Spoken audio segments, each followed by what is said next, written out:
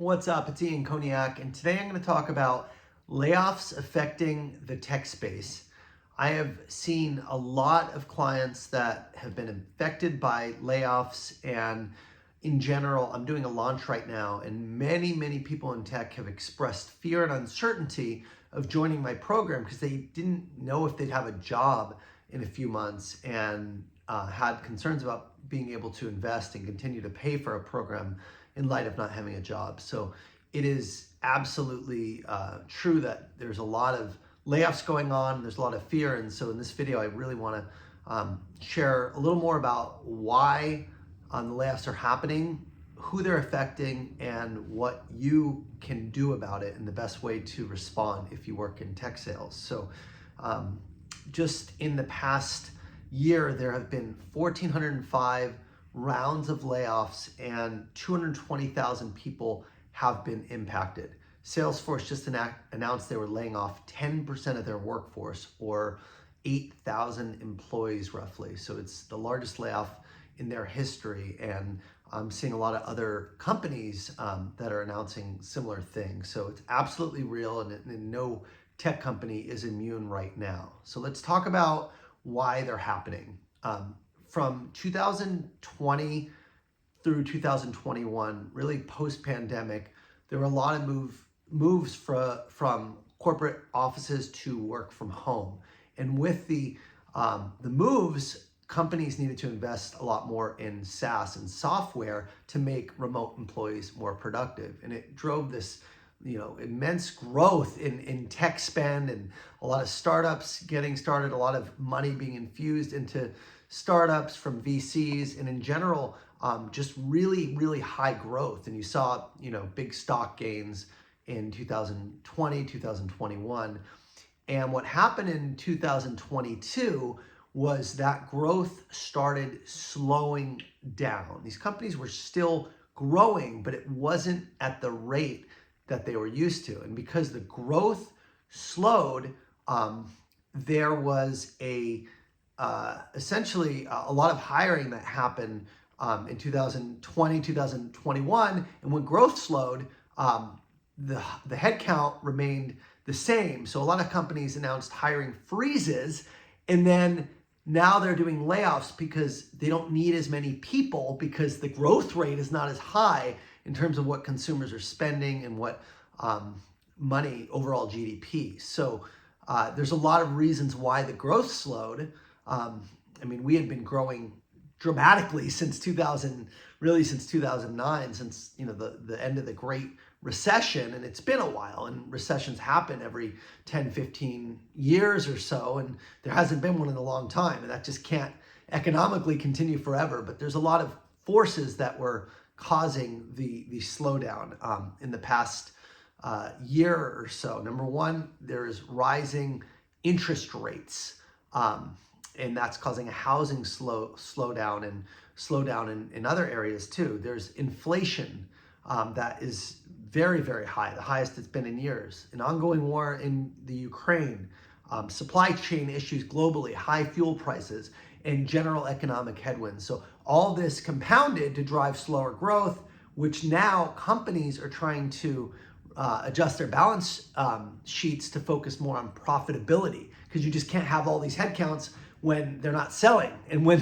their company's not growing at the same pace that they were before. So now it started with hiring freezes, now we're seeing the layoffs. So who is impacted? Really what I've seen from people in tech sales that are in my network or in my program, the ones that have been impacted the most typically were people newer to the organization, unfortunately.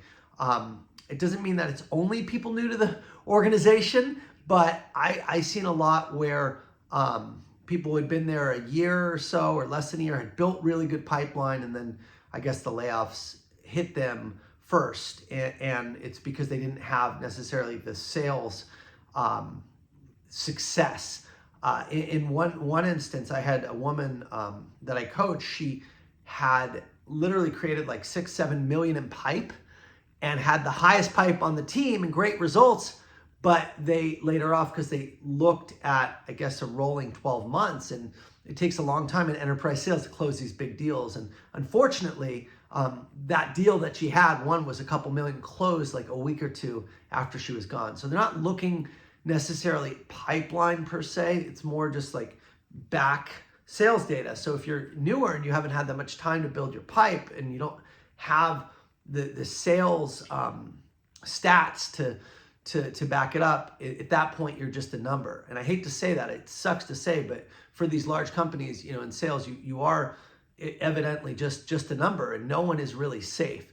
But the people that I have coached, that have been in a company for a long time and have been producing over plan, hitting their targets, I haven't seen them affected by these layoffs. It doesn't mean it won't change, but that's, again, just my circle of influence that I've seen. A lot of the people I saw were relatively new to the company, a year, less than 2 years, not these tenured veterans.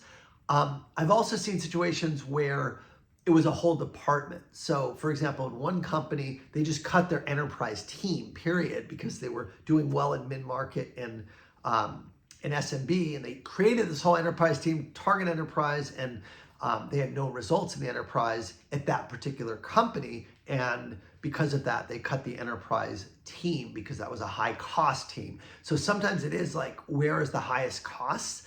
And people who have a very high OTE that may not have, again, the revenue are seeing their jobs cut. So I can't speak to middle management or upper management or sales leadership. I can only speak to what I'm seeing in sales reps. So the question is, what can you do about it? What I'll tell you, first thing is you have to ignore the noise and focus on what you can control. There's a lot of negative news. There's a lot of sky is falling, as is the nature in an economic downturn. And the less of that you take in, the better off you're going to be. Because if you take all that in and you start to feel afraid and anxious, that will affect your work. So minimize what you take in, number one. Number two is, we really just need to focus on what you can control and work consistently on revenue generating activities. You see, if you're so afraid and you're panicked and you stop working or stop doing the right inputs because you're obsessed with the outcomes and worrying about selling, you're actually going to scare customers away because you're so desperate and you have this commission breath. So you really need to detach from the outcome and focus on what you can control. I'm having to do this right now. I'm just slow and steady with my launch. Maybe it didn't sell as quickly as I would like, but at the end of the day, I'm doing the right things, and I trust and will have patience that it's going to work out. If you know you're doing all you can to get the outcomes that you desire, that's all you can do. And you have to be able to give yourself grace if those outcomes aren't coming right away. Because the minute you operate from fear and scarcity and uncertainty, that desperation is going to come across the client. So really detach from the outcome and just focus on revenue generating activities. And the final thing you can do is level up your skills. You see, it's not just tech companies that are affected. All companies right now are trying to do more with less, improve profitability, improve their balance sheets. And in order for you to sell effectively in the recession, you need to speak very clearly about how you can help companies hit their goal of profitability, driving efficiency, driving worker productivity. Worker productivity is a huge area because people have to do more with less people, right? If you sell software, that's what software does. It lets you do more with less. So you have to get really good at developing a business case, getting to executives and speaking their language. And that brings you to, again, my program. Right now, it is harder to sell than ever, and you have to level up your skills because budgets are being scrutinized very tightly. Spend is a lot harder to get approved at companies, and you just have to be better to be able to execute in a selling capacity. So if you need my help, please don't be afraid. Don't worry about the uncertain.